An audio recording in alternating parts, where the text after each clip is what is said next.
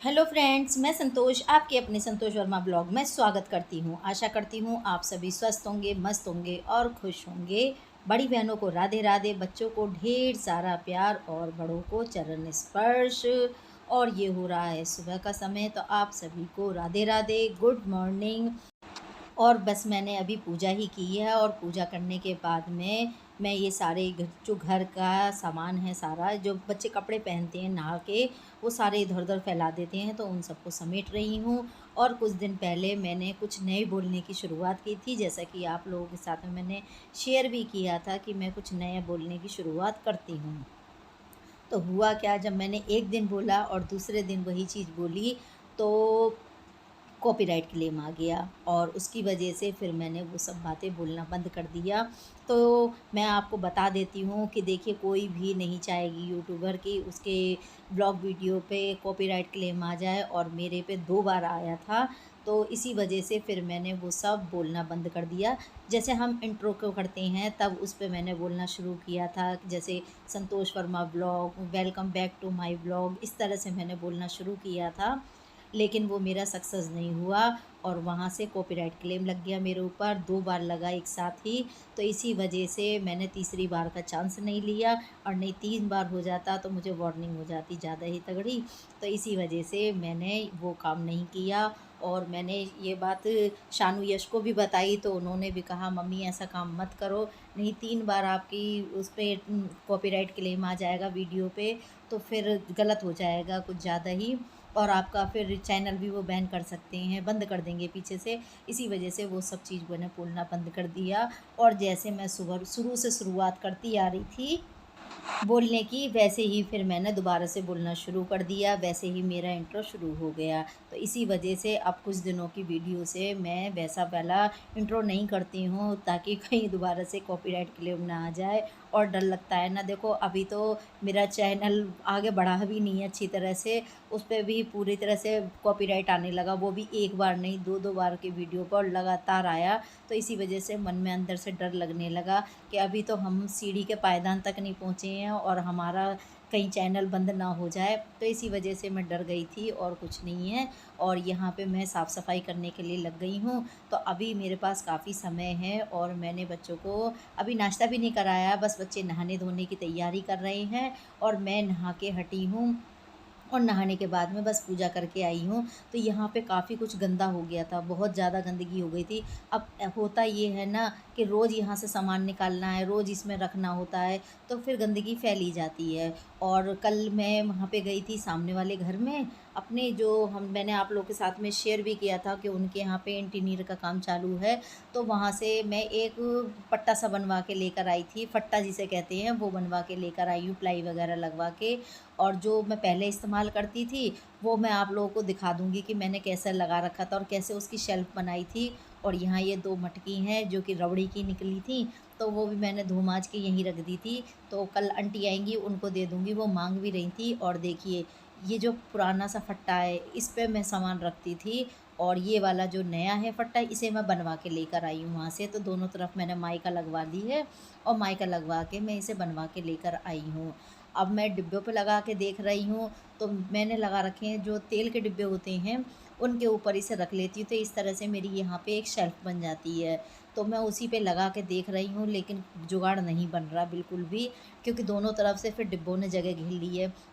अब इसके अंदर इतनी जगह तो होती नहीं है, क्योंकि सिलेंडर भी रखा रहता है और चावल का भी ड्रम होता है, तो इसी वजह से यहाँ पे इतनी जगह ही नहीं बन पाती कि मैं कोई और सामान रख दूँ। और यहाँ पे 2-2 डिब्बे भी रख रखे हैं, जो तेल के कंटेनर है खाली हुए, वो भी रखे हुए हैं। देखिए ये वाला, ये खाली है एक कंटेनर तेल का, और एक माँज धो के रख रखा है। तो इस तरह से मैंने इन दोनों के ऊपर एक शेल्फ़ बना रखी थी, लेकिन ये जगह बहुत घेर रहे थे और कामयाबी नहीं मिल रही थी, तो इसी वजह से ही मैं फट्टा बनवा के लेकर आई। लेकिन अब भी बात नहीं बनी है, परेशानी मेरी अब भी वहीं की वहीं है। तो अभी मैं इसे नहीं लगाऊंगी फट्टे को जो है, और इसकी मैं देखती हूँ क्या शेल्फ बनवा के लेकर आती हूँ, क्या बन सकता है, नहीं बन सकता है, क्या जुगाड़ बनेगा, ये तो मैं आगे चल के आप लोगों के साथ में शेयर ज़रूर करूँगी।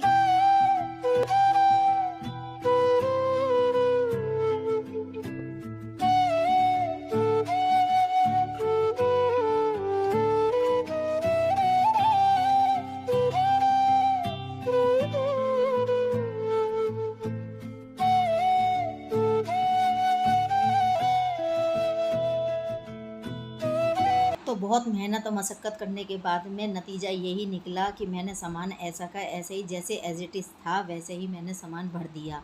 और उसके बाद में जो मैं वो फट्टा सा बनवा के लेकर आई हूँ, तो उसको मैं अभी उठा के रख दूँगी और उसकी मैं शेल्फ़ बनवा के लेकर आऊँगी। तो मैंने उन भैया के पास गई थी अभी थोड़ी देर पहले ही, तो वो मैंने शूट नहीं किया और मैंने उनसे जाके बात की, जो कारपेंटर काम कर रहे हैं बाहर, उनसे मैंने फिर बात की, क्योंकि वो मेरे दरवाजे के बाहर ही काम कर रहे हैं, मेरे यहाँ पे पानी वगैरह लेके पीते रहते हैं। तो इस वजह से मेरी उनसे अच्छी बातचीत हो गई है, बॉन्डिंग भी हो गई है अच्छे से बात करने की। तो मैंने उनसे बात की तो वो कहने लगे, ठीक है मैडम, मैं आपका ये जैसे आप बोल रही हैं वैसा कर दूँगा। और फिर मैंने अंकल जी से बात की तो अंकल जी ने भी कह दिया कि हाँ बेटा, जैसे तुम चाहो वैसा बनवा सकती हो, आपका ही घर है, इसमें कोई टेंशन की बात नहीं है। तो वो मेरी समस्या हल हुई, जो मैं चाह रही थी वैसा वो बन जाएगा। तो मैं फ़िलहाल उनको दे आई हूँ बनने के लिए, और अभी मैंने सामान ऐसा का ऐसा ही भर दिया है। और उसके बाद मैं अब फटाफट वर्मा जी के लिए बना देती हूँ नाश्ता। तो नाश्ता और लंच वो दोनों एक साथ ही करते हैं, क्योंकि उन्हें जाना है सुबह-सुबह काम पे। और जो वर्कर हैं वो यहीं पे रह के काम कर रही है, मतलब उन्हीं के घर पे रह भी रहे हैं और काम भी कर रहे हैं। तो इसी वजह से वो सुबह जल्दी 8 बजे के समथिंग में लग जाते हैं काम करने के लिए। तो इसी बस यही बात है कि जो मैंने उनसे बातचीत करके अपनी बात बताई उन्हें, और वो मेरी बात को समझ भी गए और वो मेरी सेल्फ़ बनाने के लिए रेडी भी हो गए हैं। और शानू यश को मैंने नाश्ता करा दिया है, वो चले गए हैं नाश्ता कर के ट्यूशन के लिए। और उनका सुबह-सुबह का ट्यूशन हो गया है ना, क्योंकि छुट्टियाँ चल रही हैं तो इस वजह से उनका सुबह का ट्यूशन हो गया है। तो वो ठंडे-ठंडे में ट्यूशन भी पढ़ के आ जाते हैं। और सुबह ही फिर मैंने जब मैं मंदिर में पूजा करने के लिए गई थी, तभी मैं सब्ज़ी भी बनाने के लिए रख गई थी, तो इधर मैं पूजा भी कर रही थी और मेरी सब्ज़ी भी तैयार हो रही थी। तो देखिए, हमें 4 हाथ करने पड़ते हैं, 4 निगाहें करनी पड़ती हैं काम करने के लिए, क्योंकि सुबह का एक ऐसा समय होता है ना गर्मी के समय पे, कि सारा काम मैं जो चाहती हूँ कि ठंडे-ठंडे में निबट जाए, क्योंकि फिर दोपहरी में धूप होती चली जाएगी, फिर काम नहीं हो पाता है। तो इसी वजह से जितना होता है ना, सुबह-सुबह के टाइम पे मैं जल्दी काम करने की कोशिश करती हूँ, और इसीलिए मैं सुबह जल्दी भी उठती हूँ। अभी तक भी मैंने अपनी आदत ख़राब ये नहीं की है कि हाँ, बच्चों की छुट्टियाँ पड़ गई हैं और सुबह मैं 8 बजे 9 बजे सो के उठूँ, ये मैंने अभी तक भी ख़राब नहीं किया है रूटीन अपना, और ना मैंने बच्चों को करने दिया है ये रूटीन ख़राब अपना। क्योंकि देखिए, अगर बच्चों को भी आदत वही गंदी पड़ गई है तो फिर अब स्कूल खुलने वाले हैं, फिर वो सुबह उठने में आनाकानी करेंगे। इसीलिए मैं उनके ट्यूशन वालों से भी मैंने बोल दिया था, जो उनके ट्यूशन वाले सर हैं, कि सर जी आप सुबह का टाइम पे ट्यूशन ले लीजिए, ताकि पूरा दिन ही बच्चे धूप में भी नहीं रहेंगे और इनकी आदत भी ख़राब नहीं होगी। फिर नहीं ये सुबह 9 बजे सो के उठेंगे तो ट्यूशन जाने में दिक्कत होगी आगे चल के, क्योंकि फिर शाम के टाइम में या दोपहरी के टाइम पे ट्यूशन के लिए जाएंगे, और गर्मी इतनी तेज़ होती है कि फिर ये बीमार भी पड़ेंगे। तो इसी वजह से मैंने ट्यूशन वाले सर से फ़ोन पे बात की, और उन्होंने सभी बच्चों को फिर सुबह के टाइम पे बुलाना शुरू कर दिया। तो इसकी वजह से मैं भी सुबह जल्दी उठ जाती हूँ, बच्चे भी जल्दी उठते हैं, काम भी सारा जल्दी निबटता है, और कोई भी परेशानी वाली बात नहीं होती है, और सारा काम ठंडे-ठंडे में आराम से निबट भी जाता है, और कोई टेंशन नहीं होती है। तो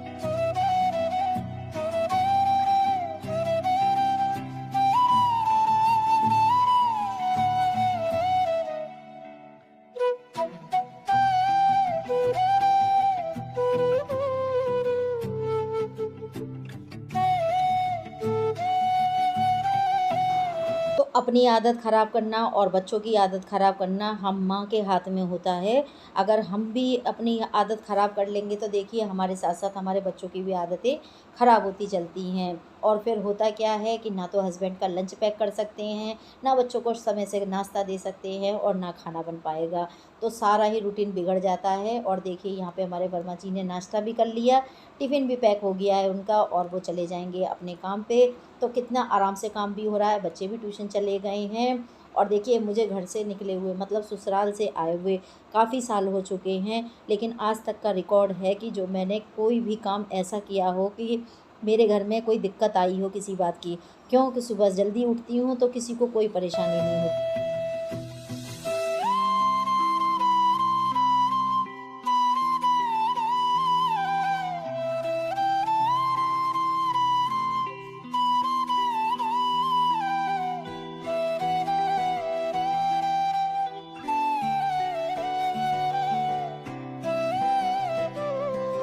तो जो तेल का कंटेनर था, वो सरसों के तेल वाला कंटेनर, वो भी मैंने खाली कर दिया है और उसको आंटी को दे दूँगी, क्योंकि वो मांग भी रही थी मेरे से कि बेटा 1-2 डिब्बे हों तो मुझे दे देना।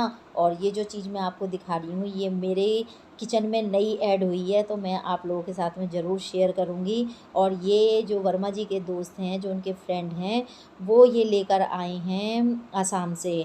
तो ये बोल रहे थे कि इसको चाय में मिला के आप पियोगे तो चाय का टेस्ट बहुत अच्छा आता है। तो मैंने इसीलिए 2-3 चम्मच अपने अंदाज़ से बता रही हूँ, हाथ से ही डाला, चम्मच से तो नहीं डाला, लेकिन हाँ 3-4 चम्मच होंगे और वो मैंने चाय पत्ती में मिला दी है। अब इसका टेस्ट पता करेंगे कि पीने के बाद में पता लगेगा कि इसका टेस्ट कैसा आता है। और अभी फ़िलहाल तो मैं चाय नहीं बना रही हूँ, फ़िलहाल तो बस मैंने भर के रख दिया है और चाय का समय नहीं है ये। अभी तो सबने नाश्ता वगैरह कर लिया है, रह गई हूँ बस मैं, और सबने नाश्ता कर लिया है। और मैं अभी नाश्ता करूँगी नहीं, मुझे थोड़ा देर लगेगी, क्योंकि मुझे पहले किचन साफ़ करनी है। और बच्चे थोड़ी देर में आ जाएँगे तो देखिए एक आध पराठा उनको भी खिला दूँगी, क्योंकि सुबह बस वो लस्सी पी के गए हैं और कुछ नहीं खाया है। और 2 घंटे के लिए ट्यूशन जाएँगे तो लस्सी उनके लिए काफ़ी रही है। और यहाँ पे मैंने नीचे की जो साफ़-सफ़ाई करी थी, तो उसमें ये आटा भी निकला है, मक्के का आटा निकला है डिब्बे में, उसे मैं गाय को डलवा दूँगी। जब सुबह दूध लेने के लिए जाएँगे तो वो दे आएँगे गाय वालों को। और इसी तरह से मेरी सारी किचन की क्लीनिंग भी हो गई और नीचे की साफ़-सफ़ाई भी मैंने कर दी है। जो कॉर्नर साइड था, उसकी भी साफ़-सफ़ाई कर दी है। अब रह जाएगी वो शेल्फ़ बनवाना, तो देखते हैं शाम तक वो अगर उन्होंने बना दी ना, तो मैं आपके साथ में शेयर ज़रूर करूँगी। इस वीडियो में शेयर करूँ तो ठीक है, अगर इस वीडियो तक नहीं बन पाई तो फिर मैं कल वाले ब्लॉग में आपके साथ में ज़रूर शेयर करूँगी उसे, कि वो उन्होंने कैसी बना के दी है मुझे वो शेल्फ़। और मैं आप लोगों के साथ में शेयर ना करूँ, ऐसा हो ही नहीं सकता है।